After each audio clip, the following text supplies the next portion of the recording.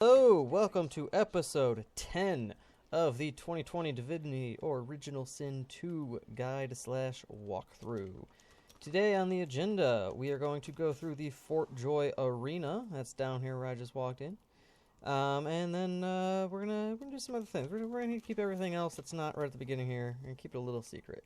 Now down here, if you have Beast in your party, or you could take your Thief, if you talk to this dwarf over here, he recognizes Beast right away. You just won your way through that conversation. He gives you a key, and that key can be used up above this little area in the main part of the fort to get through a locked gate that you otherwise would not be able to get through, or at least not get through easily.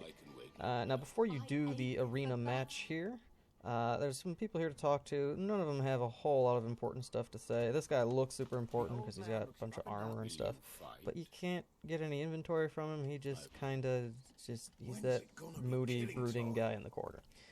However, this person here, Mia the Faithful One, what you want to do is you want to find a character that's kind of low on magic armor. We're going to go with Beast, especially because Beast is going to be up in the middle of combat there. Won your way through the conversation with her with somebody who has low magic armor, and she will give you a 50 turn duration magic shell. Magic shell protects you from a lot of effects that go through magic armor, and she's buffing up your magic armor. It's giving me an extra 21. With that 21, he's only got 29, so that's most of his magic armor. So you want to talk to her before you go into the fight. To initiate the arena fight, you're going to talk to Thala, the Thorny One. You're not going to won your way through this one. You're going to hit 2, and then 2 again when you're ready. I'm going to use Encourage real quick, and I shouldn't have done this with Red Prince, or with Pyramus, I mean. Should have done it with somebody who has Peace of Mind. There we go, so buff up and then hit 2. Not 1, 2. Now in between the last episode and this one, I equipped most of the gear that we had. I didn't put on Gawain's robe. That's going to go on Mumbo after this, because Gawain's robe looks kind of funny, and I like putting it on Mumbo. So, we're going to start off the arena. We start off right here, all grouped together, and we got these 4 things to take down. So, we're going to jump up here. By the way, if you're playing on honor mode, if you happen to die in the arena, you don't lose your game. They just kind of knock you out in the arena. So, it's one of those playing it safe situations. Now what I'm going to do here is I'm actually going to... Do I want to attack somebody right away? Yeah, so we got Red Prince up there. Yeah, oh, and I also, after I stole all the stuff, I learned all the skills applicable for each person. So we're going to just start it off. We're going to hit this guy down here. It's their enemy archer. They can do quite a bit of damage, so we're going to try and take them out. I'm going to jump up here. When you have the high ground, you get farther range. All the area with plus marks on the ground, that's the increased range due to high ground. We're going to come right over here.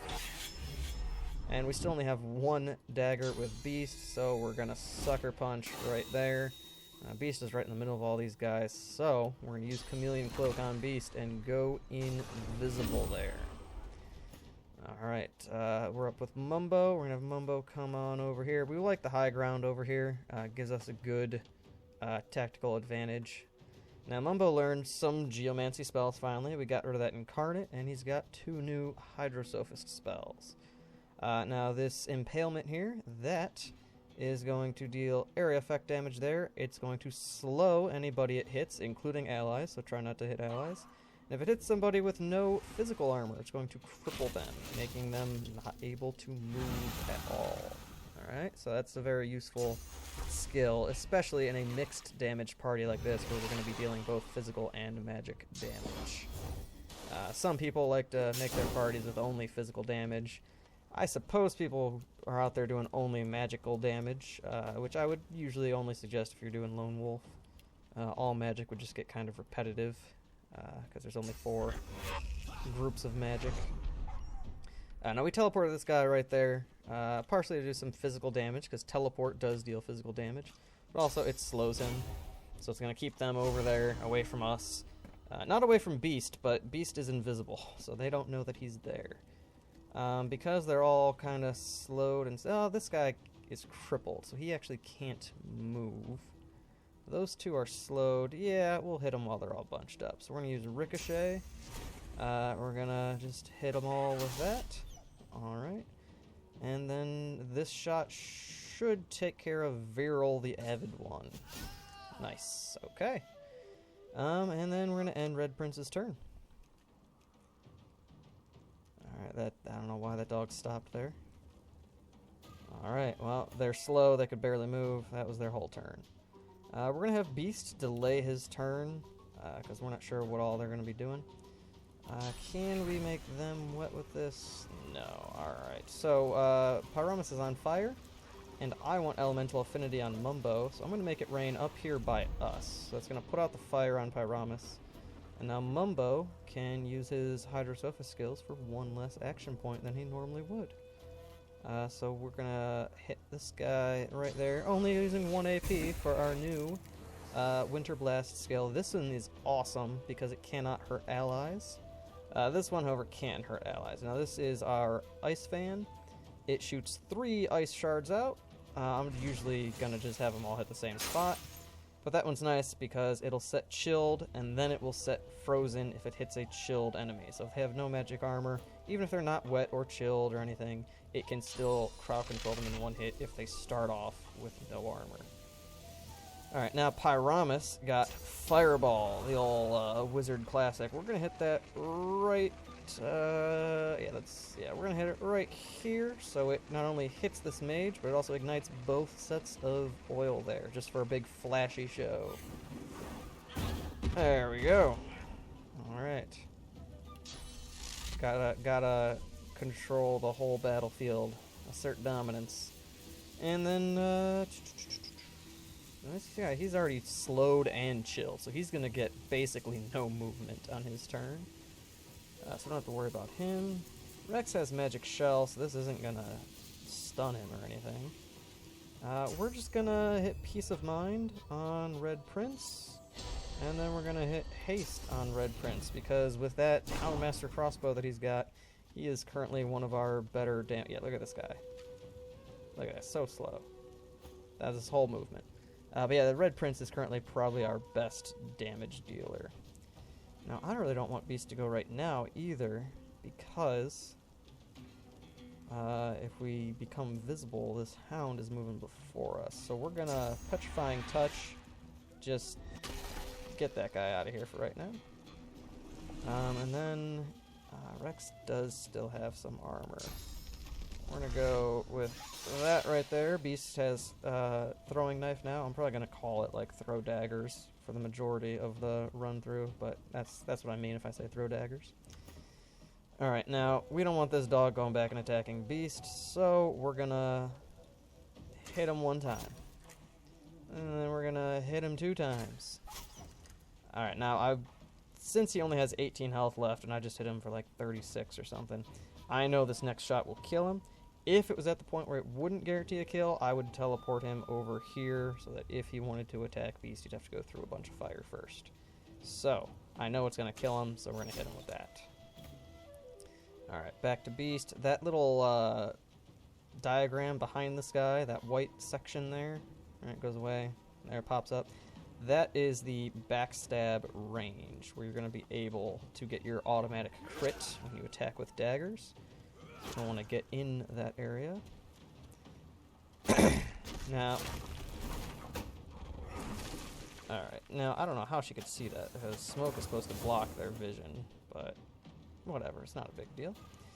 Alright, we're going to hit her with some Hail Strike. And then just hit her with the wand. Okay, that smoke is making her out of sight, so we can't hit her right now. That's alright, because that guy didn't get a turn. We petrified him. And we got Dazing Bolt here with Pyramus. Alright, so can we do anything? Alright, so this guy here is on Blood. Blood can be electrified, and this is going to stun him. This is one of my favorite skills in the game. I just like the big lightning bolt coming down. I don't know why, it just feels like a strong attack.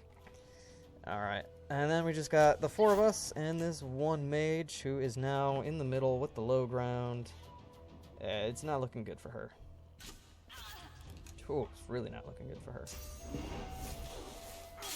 Okay, I was gonna say she lit us all on fire, but she didn't. She just kind of evaporated the water we had underneath us. Alright, got a backlash right there. Do one normal attack right there, and with only 1 AP, all that I can do is Sucker Punch or Pass, so I'm gonna Sucker Punch. And then we got Worm Tremor. Worm Tremor's cool. It'll immobilize them just like Impalement, but it does magic armor that blocks it. So if they have no magic armor, you can immobilize them with Worm Tremor instead of Impalement.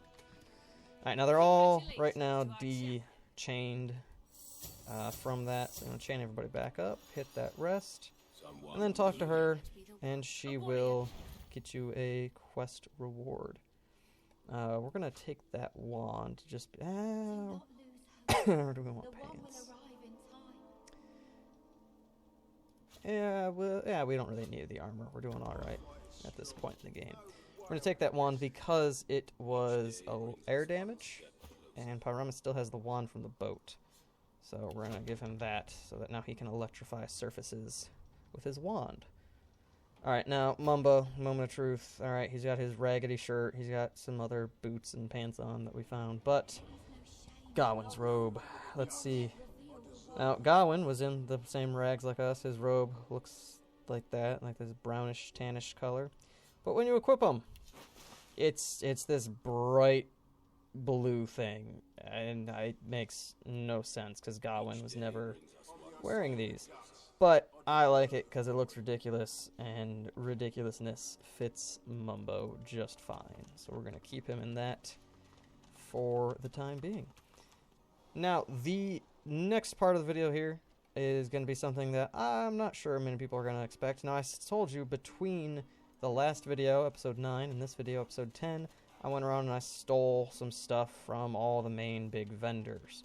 Now, the vendors will restock their supplies every time you level up. So right now we're at level 4. If we hit level 5, the vendors also kind of, their inventory levels up. Alright? So they would get brand new stuff to buy. Alright? So like Griff right here, you know, his Drunidae always restocks up to 10 whenever you level up. His gold goes back up to what, you know, a random full gold value roll. Well, we're here talking to Griff, actually. We're going to sell all this stuff. We are going to keep... Actually, no, we're not going to keep that sword. Sell the sword, too. We are going to keep Withermore's girdle, though. Alright, so 724. There we go. That's why you get high bartering. We just got a third more money there. There we go. Alright, now what we're going to do is we're going to have... I believe it was Pyramus who recruited him. We're going to have Pyramus come over here talk to Beast. No, not Pyramus. We're going to have Mumbo come over here talk to Beast. And we're going to tell him you like to go your separate ways. Yes, I'm sure. So you can dismiss the recruited party members that you got once you landed on Fort Joy. And the reason we're going to do that, we're going to get Beast back. Don't worry, for those of you who like Beast, we're getting him back soon. But the reason we do that is because now we can recruit the other origin characters, Sabile, Losa, Ifen, and Fane. We can recruit them as Shadow Blades. And slowly one my way through. We can recruit them as Shadow Blades. And then we can have them steal from everybody again. So we get like 4 extra thievery loads. I don't know. 4 extra rounds of stealing stuff. And again, they don't disperse their talents, so you can give her all scaled up solely for the purpose of giving her extra thievery. And it doesn't really matter what you give her here because we're not going to do a whole lot of combat with her. We are, however, going to take that Shiv and make sure that we can give that second one to Beast when he comes back. So, in between this episode and the next one, I'm going to have Sabile go around, steal stuff from everybody. If you find gloves or a belt with +1 thievery on it, do not sell it. Keep it. Give it to whoever your thief is. If it requires extra strength or something, give them the point while you're on Fort Joy. You can get rid of it in Act 2. Alright, so I'm going to go steal some stuff with Sabile, and then we'll be back for the next episode. That's all for today.